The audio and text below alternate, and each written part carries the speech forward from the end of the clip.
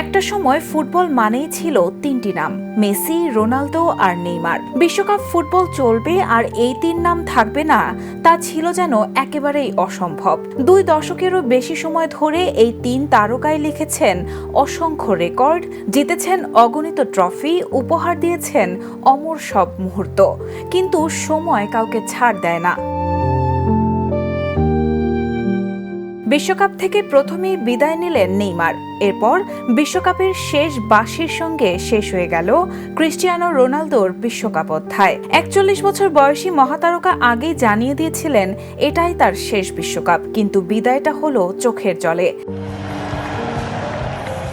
রেকর্ডের পর রেকর্ড গড়েও 6টি বিশ্বকাপে গোল করার ইতিহাস লিখেও বিশ্বকাপের সোনালি ট্রফিটা আর ছোঁয়া হলো না তার। শেষ বাঁশির পর একা মাঠ ছেড়ে যাওয়া রোনালদোর সেই দৃশ্য ফুটবল প্রেমীদের মনে অনেক দিন গেঁথে থাকবে। এখন নক্ষত্রের আলোর মতো জ্বলজ্বল করে জ্বলছেন কোটি ভক্তের ভালোবাসার লিওনেল মেসি। গোটা বিশ্বের চোখ যেন এখন তার দিকে। একে একে বিদায় নিচ্ছেন একটি প্রজন্মের সব কিংবদন্তিরা। প্রশ্ন তাই একটাই, এই বিশ্বকাপ মহাকাব্যের মুকুটটাকে ছুঁতে পারবে মেসি? এলিমটেনের বা পায়ের জাদু কি এবারের বিশ্বকাপের রাজত্ব জয় করতে পারবে, নাকি তিনিও যোগ দেবেন অপূর্ণ স্বপ্নের তালিকায়? উত্তরটা বলে দেবে সময়ই।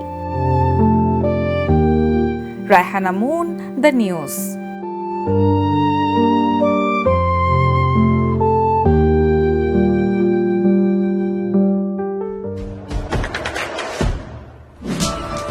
দেশে দেশে সবার সাথে দ্য নিউজ।